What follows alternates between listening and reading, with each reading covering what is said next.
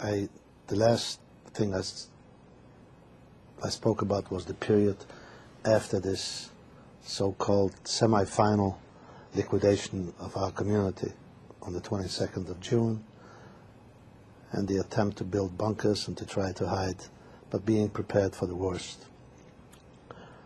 At the end of July, we were practically told every day that the whole apparatus, as far as relationship between the Judenrat and the Gestapo, has collapsed. And what happens approximately the 25th or the 26th of July, a special commando came of high Gestapo officials from Berlin, and they arrested the entire Judenrat, including Mr. Marin, his wife, his brother-in-law, and about 15 of the top leaders, herded them into an automobile and took them to Auschwitz.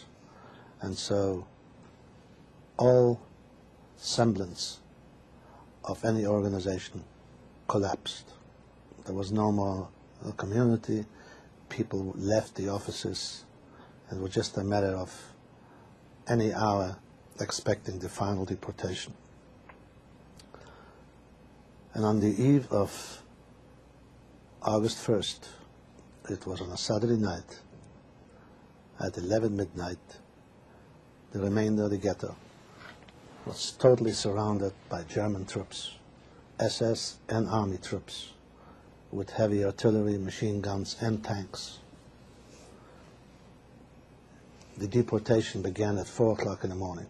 They started ordering everybody out of the rooms, of the houses. They didn't rely at all on the Jewish militia. In fact, they executed 16 militiamen, and the rest of them tore off their uniforms, their caps, and disappeared.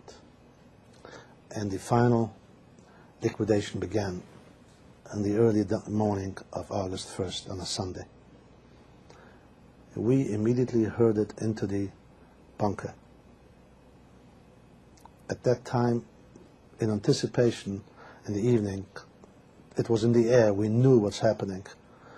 I brought my sister and her baby with me. I couldn't find my sister-in-law at that time. She went somewhere else with her other sister in hiding. But I brought my sister and her baby into my apartment, and we were 17 people total. We packed ourselves into the bunker. In the front we had an opening, which was a very well done opening, and in front of the opening we pulled in furniture. It was a nightstand with some flowers and other stuff, shelving, and as we pulled in the cover from the opening, which was about the size, maybe 2.5 feet by 2.5 feet, we pulled this whole furniture against the wall. And the wall was pretty solid. If you knocked on it, you couldn't tell that's a hollow wall. We were in there for 2 days and 3 nights. On Tuesday morning, on the 3rd of August, my girlfriend's brother, who was 16 years old, and myself volunteered to clean up from all the refuse, especially the children. We had 4 children, and on many occasions we had to stuff their mouths with cotton or with towels when we heard that people were in there roaming around. The Germans came in. And but Tuesday morning it was impossible to endure. So we volunteered, and we didn't hear any more machine guns, any shooting. We thought the whole thing is over. We took a chance in getting out and walking about the room to get a bucket of water and remove all the uncleanliness. Somehow, with one German that was manning from a distance, still opposed, spotted us through binoculars and started firing machine guns.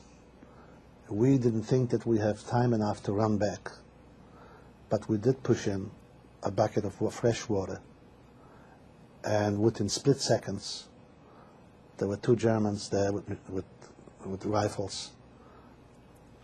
And I spoke a fluent German, and one says, "Wo wart ihr? Where were you?"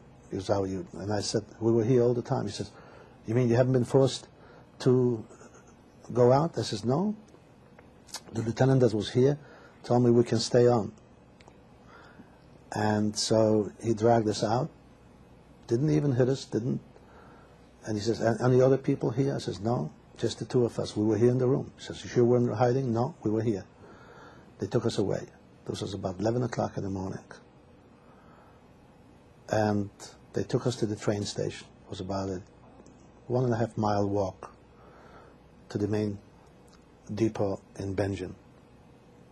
As we got there were thousands of people still sitting in the front of the big, huge railroad cars, cattle cars, waiting to be deported. It wasn't until about 3:30 in the afternoon that finally, I guess they didn't trust us, they didn't go back, and with some heavy equipment, and they found that this was a bunker. And they found the other 15 people, including 4 children. And they brought them all to the railroad site. My sister came with her baby. In a way, I was relieved that we were at least together, because it was foolish to believe that they won't find him or that they will survive in this bunker. And I didn't know how she's going to help herself with that little child. So we were together again at late 4 in the afternoon. The Polish population was roaming around, asking people to give their shoes, their clothes, saying, "You're not going to need it in the 2 hours from now anyway." And if anyone attempted to get out from the big mass crowd, even though they were guarded by Germans, they were captured usually by the Poles, because if they captured a person, they received the clothing and the shoes and all the belongings. And a person would be hurled in naked into the wagon. By 6 o'clock, they herded us into the cars. And it was a nightmare. It was a scene undescribable, because we were so packed, so congested, that you hardly could move. The screams, the sobbing, the crying, people were fainting, couldn't breathe. Finally, 2 or 3 men, with their last energy, broke one of the shutters. It was a metal shutter, but they bended it enough to get a little air in. So as the train started moving, at least we were getting some air in. It was very little. The ride took about 1.5 hours to Auschwitz. And we arrived about 9 o'clock in the evening.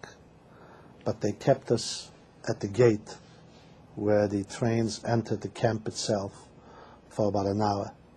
Either there were other trains ahead of us, or probably so. We did see, for the first time, the huge sign, "Arbeit macht das Leben süß." Work makes life sweet. The sign still remains there today. I've been there after the war and I've seen it. So after they rolled us into the disembarkation point, they opened up the sliding doors from the camps, and people just practically fell out. There were no steps to step down, but they just dragged people down. My sister said to me, this was one of my probably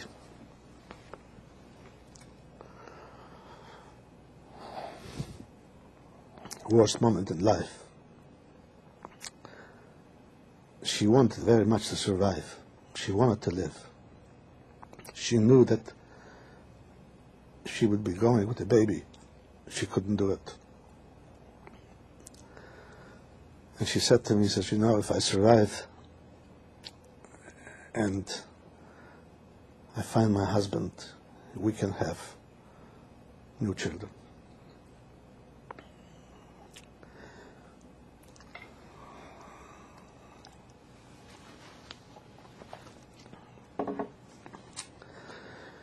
And she let the baby go from her hand.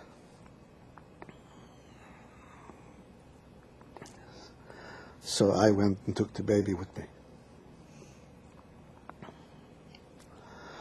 But as I walked about 25, 30 yards, one of the assessmen came over and grabbed the baby out of my hand. And there were 2-3 trucks lined up. Just took it by her leg and threw her up on the truck.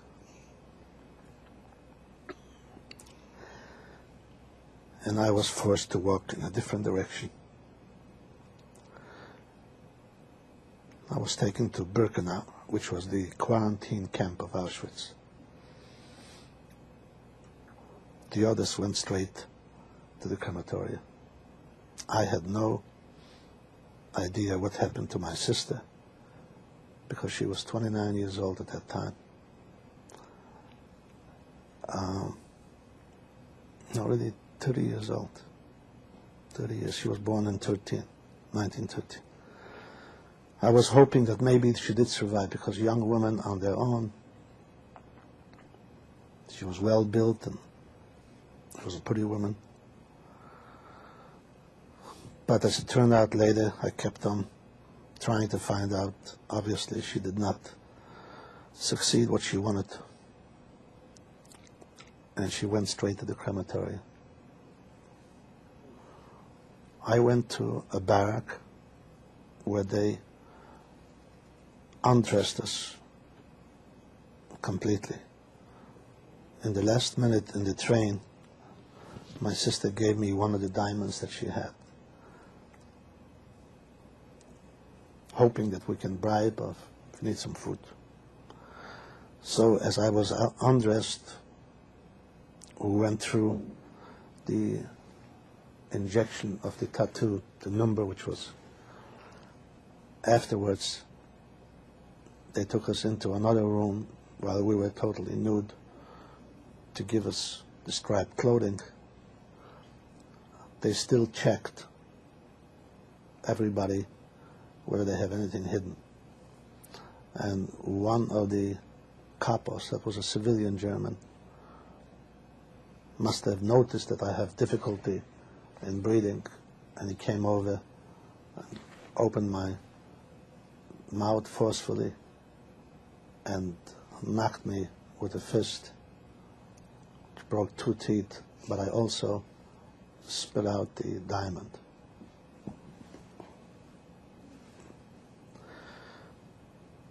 And so I was assigned to a barrack of 1,400 people, just like cattle, worse.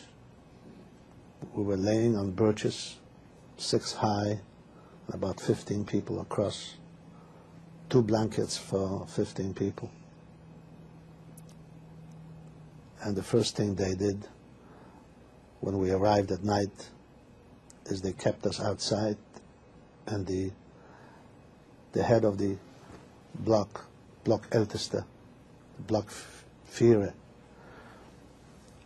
inspected everyone and told us about the good thing about Auschwitz, that we're in for the real treatment. Well, I'll describe shortly the whole routine of Birkenau. We usually woke, it was already cool in the morning at that time. We were woken up at 5 o'clock in the morning to stand on appeal. Appeal meant head count, but that was the language they used in the camps.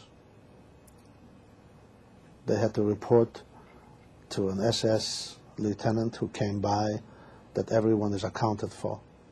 After that, we would stay in line for breakfast. Breakfast consisted of a dirty liquid, looked like carbonated tea, colored tea, a slice of bread, maybe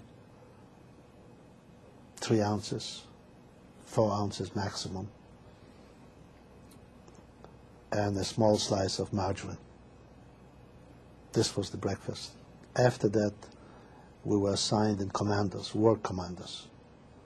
Our work commandos consisted of building roads in the camp, practically by hand, no equipment, shovels, and carrying sand in sacks, and carrying heavy stones for curb laying, and chipping stones for a roadbed. I would say that daily, out of our barrack, 8, 10 people were carried back at noontime already, either half dead or dead, from torture, beatings, and because the first 2-3 days we still managed, but as the lack of food, and being 15, 16 hours on your toes, on your feet, people started collapsing. At noontime was a soup. The soup had more gravel and dirt than potatoes.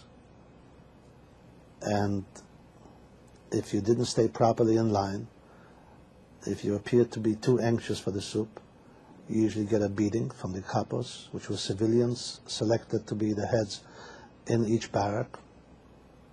In the case of Auschwitz, the majority of them were either criminals released from prisons to become the capos in the camp, in some instances homosexuals, and there were only 2 out of 18 elders, capo elders, were Jews. The rest of them were either Germans and a few Poles. Then the afternoon was again torturous work, and usually at 5 o'clock was again appeal, head count. And even if a person was missing because he either reported sick and couldn't make it out, they made us stay there an extra hour or 2 or 3 to wait for dinner. Dinner was again a very watery soup with filth and dirt, some lettuce, and a slice of bread. And then you had to go to sleep, even if you couldn't sleep. There was no other work or recreation or exercises, none whatsoever. If the Blockälteste, the capo, felt like at night to get a kick out, they were mostly sadists. He would wake up everybody, or just wake up a group of people, a few of the birches, and get 30, 40 people out and nude around them, just for the kicks. Mm-hmm. Send them to a cold shower, bring them back, beat them up. This was the routine. Every Monday morning,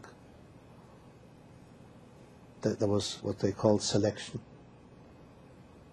People that had deteriorated or couldn't go to work were selected to go over to Auschwitz, which was about a half a mile away, to the crematoriums. This was routine. My own experience, I had 2 tragic experiences. One day at noontime, it was in October, 2 people were missing from our barrack. So they kept us, the only barrack, about 1,600 people, out in the middle of the so-called Appellplatz, the field where they do the head count. And as a penalty, the SS selected 3 inmates from the camp, from our barrack, for torture. They were sharpshooting. They were shooting into the nose or to the eyes as a penalty for the one person missing. The one person really was not missing. Nobody escaped Auschwitz. He was sick. He was in hiding somewhere.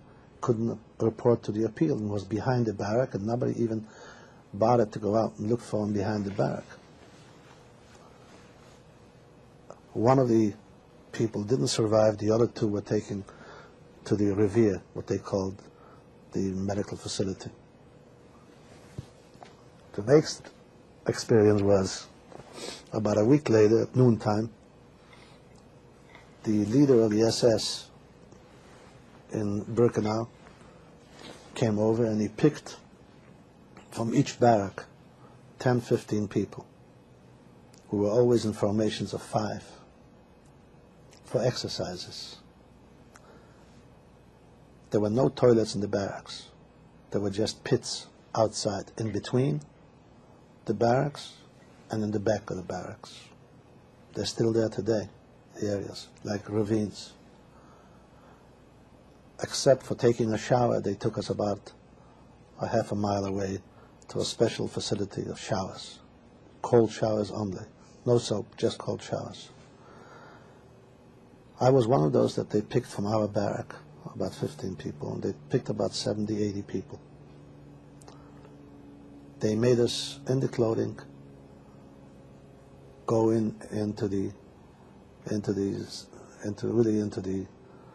areas between the barracks where the inmates used for toilets. The SS guys came in rubber boots, knee-high, not knee-high, but hip-high, with whips, and we were ordered to roll. And if you dared to raise your face, you were whipped right away into the neck. This went on for over an hour in our own refuge.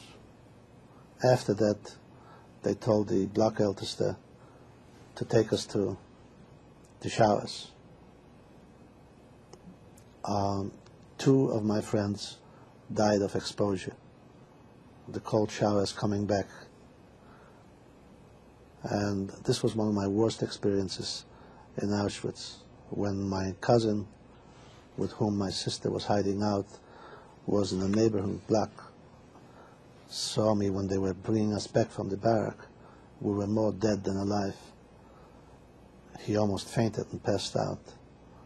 They found out later what happened. And then they let us in the room, in the barrack, all night nude because they didn't have uniforms.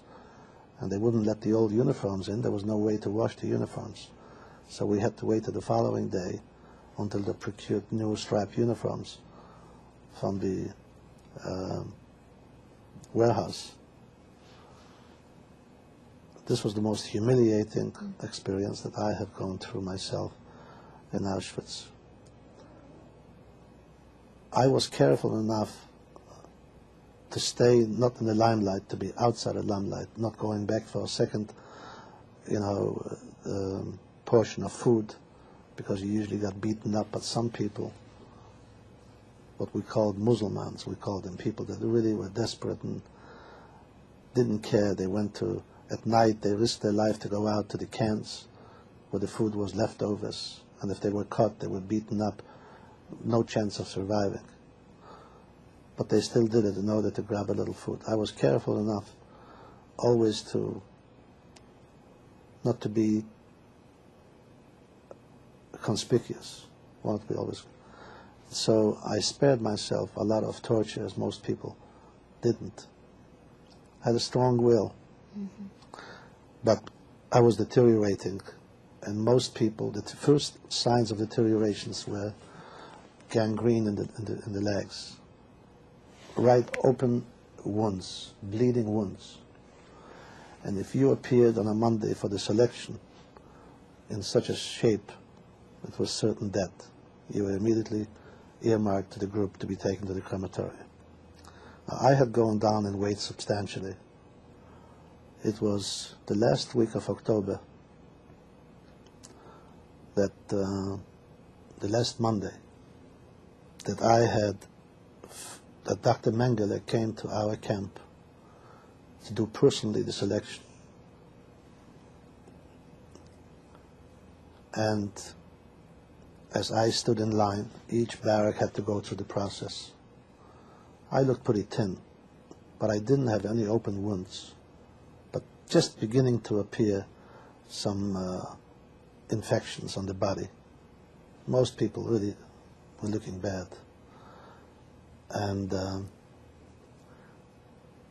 as he looked at me, he wouldn't turn talking directly to me. That was unworthy of talking to a prisoner. He turned to the captain, to the SS captain, which were usually in a white uniform. He says, "Wie alt is er?" You know, how old is he? So he asked me, and I told him I'm 20, which was my age. He says, "Ja, wir geben ihm noch 8 Tage. You know, we're going to give him another 8 days." And that's how I was spared from going that Monday. I don't think I could have made another Monday without going to the crematoria, because I was really deteriorated, typical Muslim. 3 days after this happened, they hurled everybody out of the barracks. Nobody knew why. There were 165,000 people at that time in Birkenau, which was the quarantine camp. From there, you stood there, you waited in line, you worked. Either you sent to Auschwitz to a work camp or to Buna, Werke, which was the synthetic rubber plant owned by the infamous German IG Farben, who also made the Cyclone Z. They had a huge plant employing about 150,000 people in Auschwitz, which was the third camp. Birkenau, Buna, and Auschwitz. But otherwise, no one had left that camp alive at that time. Anyway, we stayed in line 2 days for an interview, and we were asked our background, what kind of work we were doing, and then they tested us on the knowledge of language. German, Polish, any other language that one spoke. It turned out they selected 629 people out of 165,000 to go to work for the Krupp Armament Works. And I was fortunate to be one of those. They immediately separated us from the whole camp, and we went through the most torturous experience. They shaved us twice a day, from head to toe, because we were infected with lice, and there were a lot of sicknesses in the camp. And we must leave the camp cleansed, absolutely. All portions of the body were shaved, with no exception, twice a day, and soap. And then they sprayed us, and they completely isolated us in one barrack, and they started feeding us like human beings. We left on the 6th of November 1943. When we were taken to the gate, Eichmann was in Auschwitz at that time. A SS band was playing, not the civilian music, which was normally playing in order to silence the screams and yellings of the crematoria, and we were about 150 yards away from the crematoria. Here an SS band was playing, and Eichmann was there, and the camp head, which was Mr. Hess, and they gave us a speech that wir sind die ersten Juden, das Lager am Leben zu verlassen. We were the first Jews to leave the camp alive. That we're going to be working for the German war effort, but to have no illusions. After the Reich has won the war, we are really condemned to die, but in the meantime to perform services for the German Reich. And we got into a train, and they took us 4 nights to a small little town outside of Breslau called Fünfteichen, the 5 lakes. Small little village, and there was a camp built for Russian prisoners of war. But we were the first ones to arrive. The conditions were unbelievable. There was no water. There was no kitchen yet. We came in probably 2 to 3 weeks ahead of time. And we lived under the worst conditions. They brought bread from Breslau on a daily basis. They had no kitchen. They brought soup from Breslau. And we were performing work of coolies and oxes and horses, plowing roads, finishing off the camp. Coming from Auschwitz, more than a third collapsed in the first week. and died. It was unbelievable. How did you maintain your strength? I don't know. Next to it, 5 miles away, 5 kilometers away, was this huge Krupp armament works. There were 120,000 people employed of all different nationalities, mostly Czech, French, Poles, and Italians. One plant was producing the famous German anti-aircraft, the Flak, F-L-A-K. The other one was producing the German torpedoes for the U-boats, and the third plant was producing the famous German howitzers, the coast batteries, the Berthas. We were supposed to be trained as supervisors to take place of German personnel that had to join the war effort.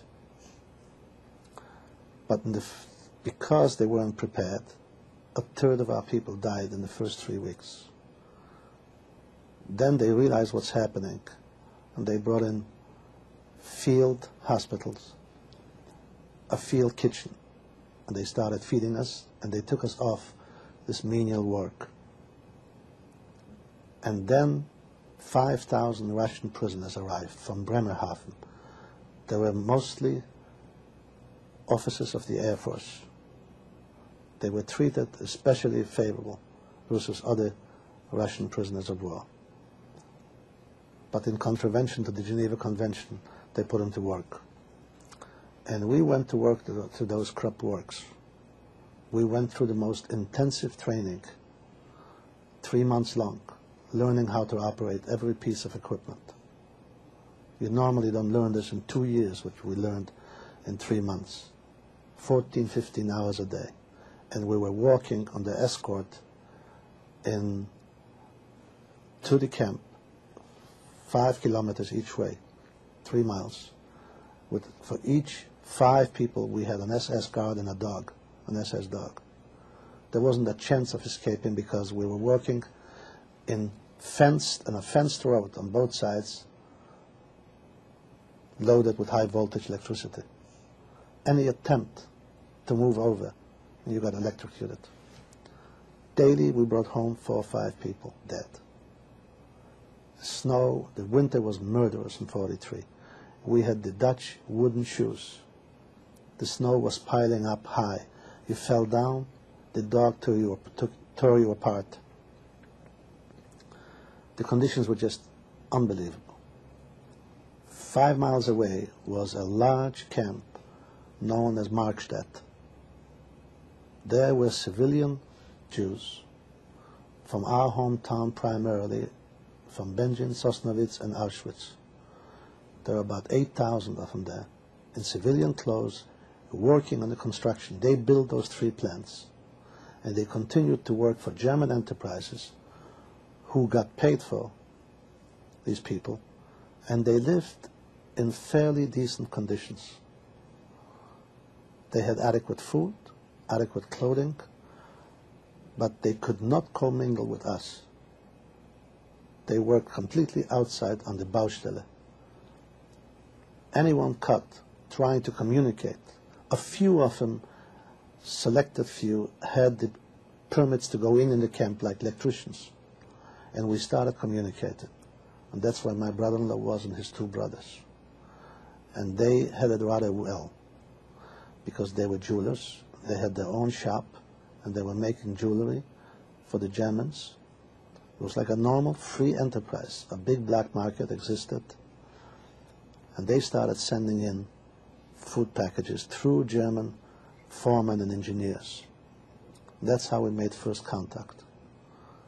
But to cut the story short, by early 1944, March, more than half of our people had died from sicknesses, starvation. Then an order came from the highest echelon of the German Gestapo. Krupp filed a major complaint with the Gestapo. You brought out Jews to be trained. We trained them to send away our people, engineers, to the front line, only for the local SS to torture these people to death and to starve them to death. They took the SS Obersturmbannführer, Trömmel, who came with us from Auschwitz. He was a notorious sadist. Send him to the front as a punishment. Changed the entire administration. Turned over more than 50% of the administrative work to inmates themselves. Those that were selected to be inside the office, brought in a complete new German crew. And it changed almost in comparison to a sanatorium. We were fed the finest food in the morning. We were given civilian clothes.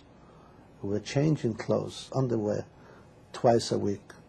We had warm showers. It was just a complete turnaround. And it had an enormous impact, a moral impact and an impact of better health. And any couple caught beating up was immediately deported to Auschwitz himself. They wouldn't dare touch a prisoner. And it became like a paradise. Within 3 months, I went to 170 pounds. And we were living clean. Nobody was torturing us. As a result, people started planning escapes. In fact, around April of '44, 6 people from my barrack escaped through a tunnel in the plant. Never got caught. They all survived. But they brought the Russians in. And they were excellent workers. But they organized sabotage in the plant. And indirectly it affected us terribly. I was a foreman.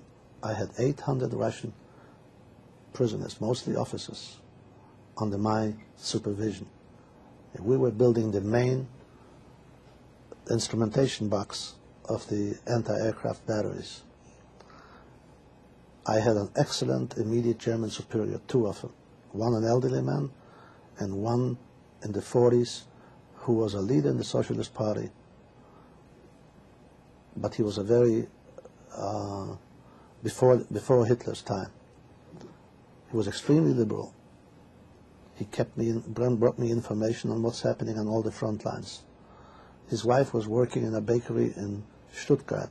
She was stealing coupons, sending to him, and he brought bread or any other coupons for special allocations. He would bring the food. And I had established a rapport with him, like really not a oppressor and a subordinate, subdued person. And I was pretty much aware of what's going on in the world. And so life went on for 21 months under very good conditions. We were able to read books. We conducted services. Next to me on my bed was a famous cantor from our community. We were even allowed to have Yom Kippur, Rosh Hashanah services. Here and there, a sick person, natural sickness, would be taken away from the medical facility to Auschwitz. If they were sick and not curable, they deported them. But then they merged the civilian camp with ours. So I was together with my brother-in-law and his 2 brothers. Everything went on till January 21, 1945. It's worthy to note that only once did we have an air raid, because we were out of reach of the Allied air forces, and the Russians had no interest in destroying those plants. They wanted to take those plants over intact, which they did, and transported all 3 plants to Russia, including the frames of the windows and the doors. I was recently a guest at the Pentagon last year, and one of the Assistant Secretaries of Defense for Strategic Materials and Transfer of Strategic Materials, I gotten to know very well, and we got to talk about it.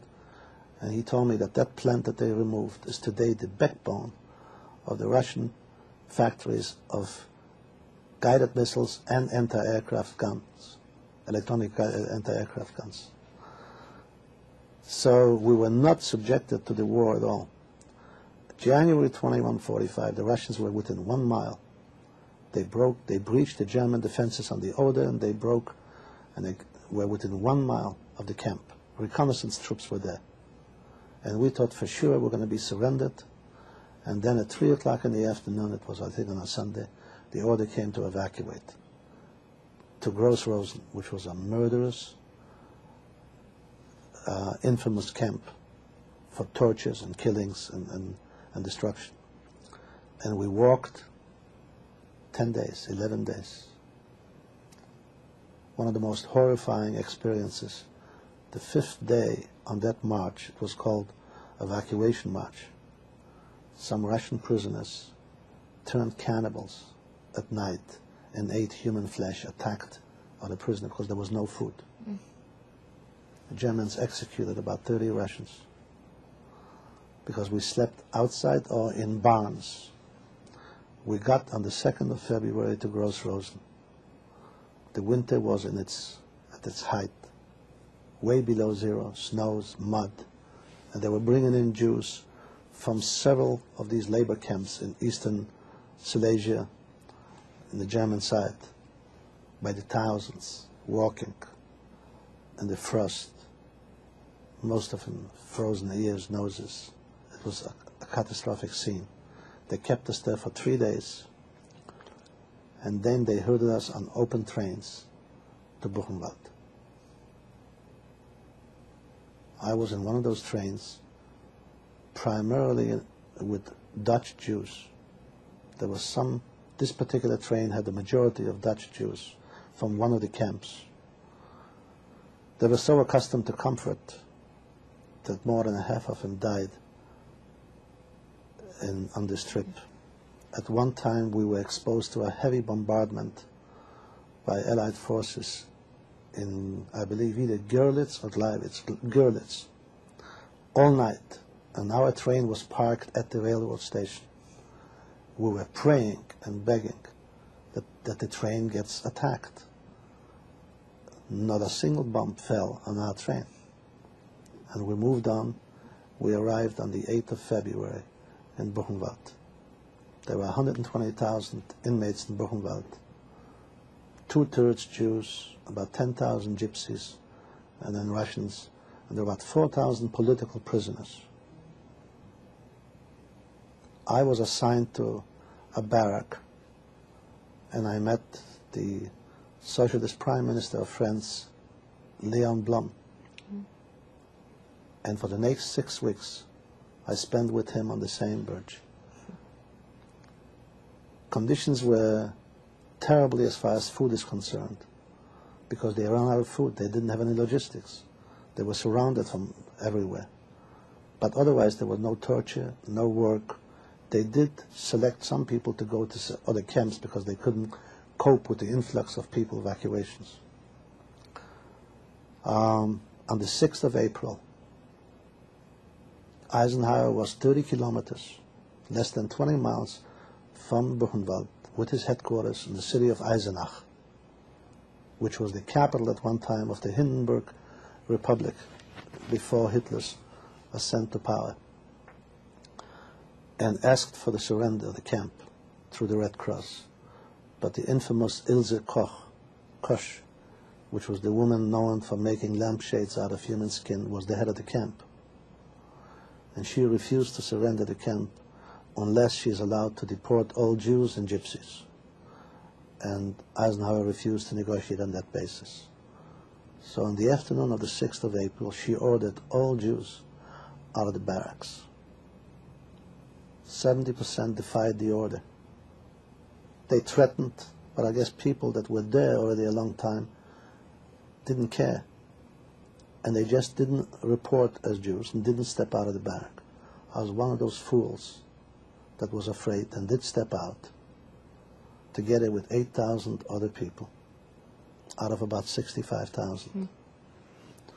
And we were assigned to 4 transport to walk by foot to evacuate Buchenwald.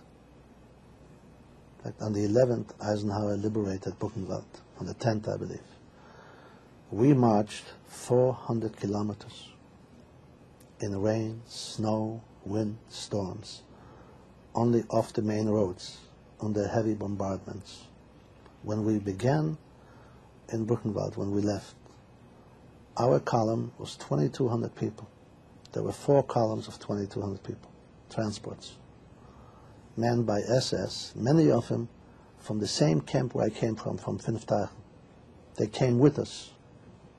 One of the guards that I got to know very well because he used to come to my brother-in-law's shop in the camp was assigned to that particular 5 that I was in. And we started walking. We were giving some food. On the 3rd day, there were no more food. Even the SS was hard put to raise food for themselves. If we would stop in a village at night, they would go in and confiscate whatever they could lay their hands on for their own use. But there was no food for us. On the 4th day, I was running out of being able to breathe. And this SS guard gave me a large gravel stone. He says, you keep that in your mouth. Don't lose it. Otherwise you're going to dehydrate because there's going to be no food. If we bend it down to reach for some snow, the dogs attacked you immediately and you didn't have a chance. About, I believe, the 6th or the 7th day, we tried to organize a resistance. We secretly decided we're going to attack the guards. Because it wasn't too hard to overwhelm. We still had energy, mostly young people, because people were just falling by the wayside. If you couldn't walk, if you fell out, if the next person didn't move up, the 4 were pulled out to the back and they were shot. That was the penalty. So it became a terrible situation because we arranged that one will move up, but the last 4 will always be condemned to die. We were escorted by a Hungarian elite brigade of SS and Lithuanians, but primarily Hungarians, collaborators with the Germans. If a person couldn't walk anymore and he stepped out and he bent down, at the end, he'd be shot 3 times in the neck and that's it.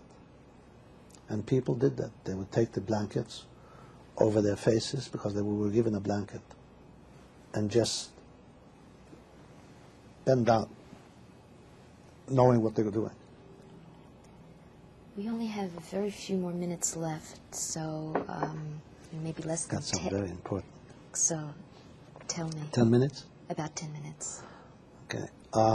We arrived, 150 people that survived that dead march, in a camp called Salzberg in Bavaria on the 18th of April. That camp had 30,000 people, and there were supposed to be no Jews in the camp. And they let us sit in front. Everybody just passed out. Snow, the sun was shining, and they gave us a very hefty soup, a big dish of soup. In the meantime, we saw through the fences, because we were separated, some people. And I recognized a friend of mine from my hometown. As I started yelling at him, screaming, he says, "Don't call me by that name. I'm here as a Pole." He also came from Buchenwald, but not as a Jew, because that camp's supposed to be Judenrein. And the afternoon, the order came to evacuate the 150.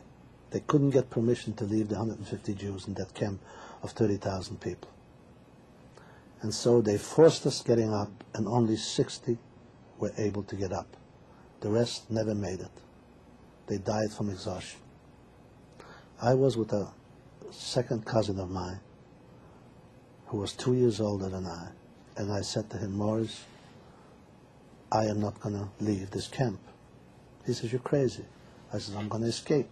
Look, this is now appeal time. It's the head count. Before the head count, they permitted everybody to be free. and there were thousands of people mingling, but we were guarded by local kapos. I attempted to walk out of my fifth, and a Polish capo said to me in a very cursing language, "You rotten son of a Jew, you're not going to get away." We were easily identifiable because when we left Buchenwald, they shaved us a 2-inch wide strip in the head, and all of our clothing was marked with a cross, and the population was alerted if anyone is found, that person, you have to turn him in. And so I knew I'm running the danger. Next to this Polish capo was another capo standing there. He was a Czech. And he engaged the Pole in a conversation, turned around, waved with his hand just like that. And I took that moment, I don't know, there must have been some superior power telling me, run. And I run. My cousin was screaming. I run, and I run into this commingled mass.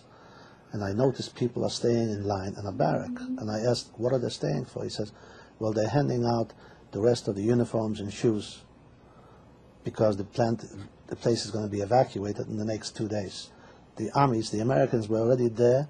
The white flag was hosted, but they retreated, the reconnaissance troops. The camp was surrounded from 3 sides by General Patton's army coming from Czechoslovakia and Austria.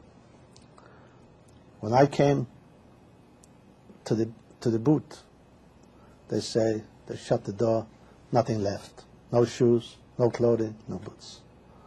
So out of exhaustion, I sit down on the steps, and I must have fallen asleep until somebody gives me a kick. He says, "Was machst du hier, du Hund, you dog? Welchen Block gehörst du?" Which block do you? And I remembered that the man that I saw, my friend of mine, was in the front of Block 20. I said, "Ich gehöre zum 20. Block." He says, "Machst du, dass du wegkommst? Get the hell out of here." And pointed out where the block is. I didn't know. It's a huge camp. So I walked there, and there was the appeal time. And I just put myself in line, unbeknown, unplanned, and next to me was this friend of mine from the right side, and to the left of me was an elderly gentleman, Mr. Weingarten, who used to do business with my father, and both squeezed me, says, "Don't say a word, don't talk to us. We're not here as Jews. We have different names." We stood there half an hour, and the head count was 7 too many in the camp of 32,000 people. And they kept on screaming and yelling, and I realized that 6 others like me did the same thing. Well, it wasn't long. I was grabbed in the back by a Russian prisoner cursing me in the real Russian typical language, and I knew Russian language. That was one of the reasons why I was selected in Auschwitz to go to the camp, to group, because I spoke German fluent, Polish, and Russian. And they picked us all 7 up. They recognized us. It was just a matter of time. They took us to the camp. At the camp was this leader, a civilian. And he says, "Why do you bring him in here? The guillotine is outside." And there was a guillotine outside of the camp where they were hanging prisoners. And there were 2 Czechs of the couples. They took us there. One spoke fluent German, started pleading with them. These people have lost everybody. They've got nothing to lose. You know, the Americans were here 2 days ago. Reasoning with them. He says, "What's going to happen to you? Everybody's going to know that you executed them." And after about 15 minutes pleading with him, he had this huge whip and smashed on the desk. He says, "Why did you bring them here? Those are not Jews. Get the hell out of here. And here's a ticket. Take them back to the 20th block and tell them to give them the food first." And that's how we were saved. We were taken back to the 20th block. A coincidence. We walk in, the head of the block is a Jew from our hometown, David Potok. I almost fell over, and he recognized. And he says, "Don't worry." He was there as a Pole, under a Polish assumed name. 5 minutes later. He ordered us immediately to a shower with soap and hot water, put us in separate baths, ordered to give us carefully food. And we were there for 3 days. On the 3rd day, the order came to evacuate the whole damn camp. And we started all over again. We marched at night on the famous German Ostmarkstraße, It's a big autobahn from Bayreuth to Munich. The Germans were in the most chaotic retreat. On the third day in the morning, we were in a forest lodging all night. The order came to continue marching towards Bavaria, towards Munich. About 11 o'clock on the 22nd of April, on a Tuesday, planes started flying over us, throwing leaflets.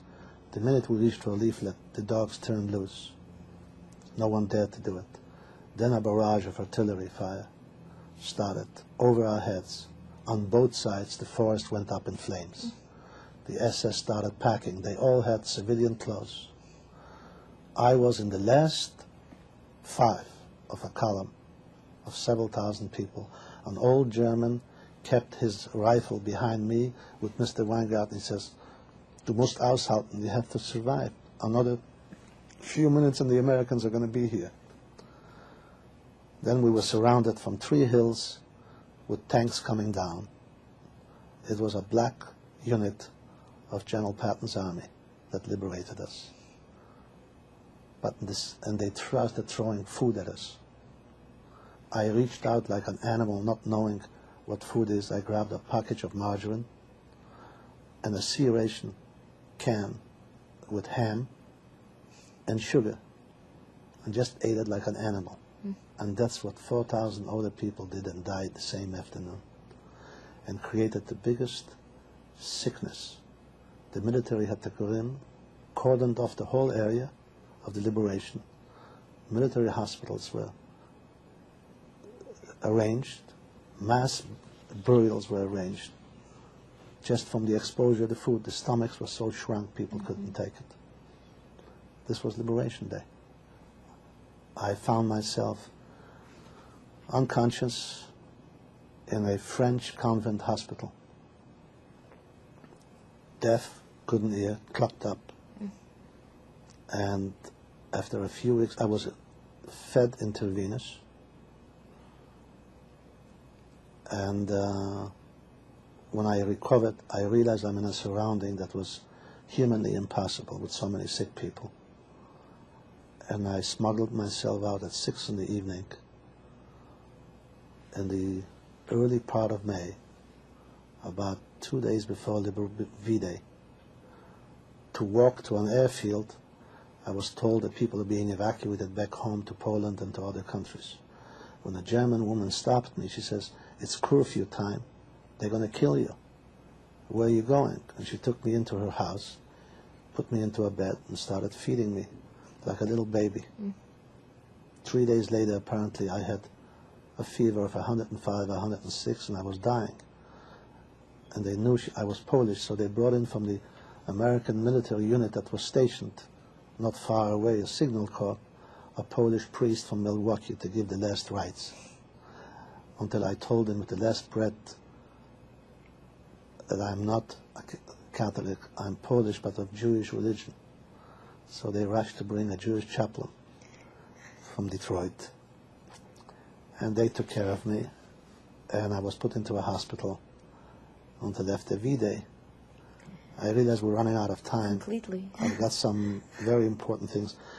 After the war, I'll cut short, I went back to Poland. We have to stop right now. We can go on with the other tape afterwards, okay? Okay, the last statement I made that the German woman took me into the house. It turned out that I got pneumonia later, water in the sides, and I was rushed to a hospital. I was treated with penicillin and recovered after about 6 weeks. And then I went to a community nearby where I knew other people who survived, went to the city of Weiden in Germany, in Bavaria. And there the military arranged for housing.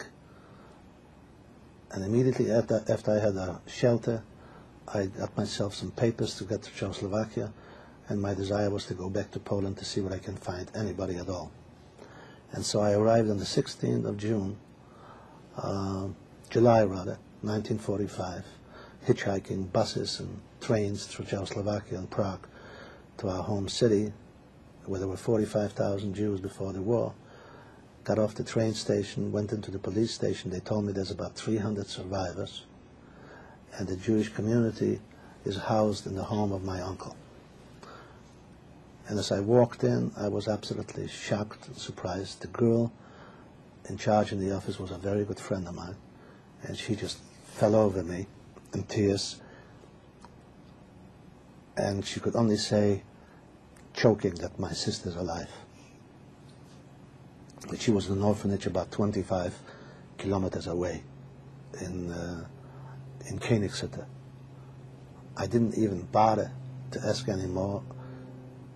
They gave me a few Polish coins, and I took a streetcar because that area is connected with streetcars, and got in and found my sister, which was in an orphanage under the auspices of the American Joint Distribution Committee, with many other Jewish children. Needless to say, I can't describe the scene. From there I promised some people in Germany, friends of mine who were liberated, but they were still in the hospital, to look for some of their survivors. And my sister told me that there was a brother of this man near Breslau in Niederschlesien. So I took a train. Actually, I was on top of the roof of a train because there was no room. There was a fight to get on a train, and got to Breslau. And from there, by bike, I got a bike from a German family and drove around the communities, and I found a total of about 15 people who were relatives, brothers or sisters of people that were survived and lived in that community where I lived in Germany. And I learned that the only way to get out of Poland is from the false papers, that we are German Jews, that there was a Jewish agency office, a camouflaged office in Bytom, that issues through the Red Cross passports that we are German Jews returning from the camps to Germany. And so I had 17 people. In the last minute, I remembered I didn't leave a forwarding address. So I took the streetcar, which was only about a half an hour, run into Benjin, to my hometown. And as I walked in, the same girl, Blanca, says, "Your brother arrived this morning from Russia." And we put him into to another family, and he's waiting for you. And so, knowing at that time already what the Russians are up to and the Poles, we realized what's happening. Jews were not safe at all. The Poles couldn't stomach and couldn't believe that Jews survived. Many Jews got killed, thousands of Jews after the war. I said to my brother, let's get out. And he went with me, with his wife pregnant in the 6th month, went to Bytom. We took the whole 17 people. We took on a train with the papers, came to the Czechoslovakian border. To make the story short, they stopped us. They wouldn't let us leave. My brother had vodka, so with bottles of vodka, we bribed a Polish officer. We got into a train, locked up, and we arrived through Prague, and from Prague through Pilsen, and from there by foot back to Germany, Bavaria, where we settled in this community in Weiden. And within 3 months, there were 700 families living there, and we had organized, I was one of the organizers of a full Jewish community life. I met my wife. She and her sister survived Auschwitz by escaping an evacuation march, but they got caught in the front line between the Russians and Germans in January of '45. And they were accused of being SS women by the Russians and put to prison for 4 months, right 2 miles from their own hometown. It was miraculously, they were dragged into an interrogation at 3 in the morning together with other German SS women from Auschwitz. And the colonel that interviewed them, interrogated, had to be Jewish. They appealed to him to check with the local community their records that they are Jewish, they're not Germans. And 2 days after Liberation Day, on the 10th of May, at 3 in the morning, when they were ready to go on a transport to Siberia with German women prisoners, they were released. And they crossed the border to Germany, to the same town where we lived in Weiden.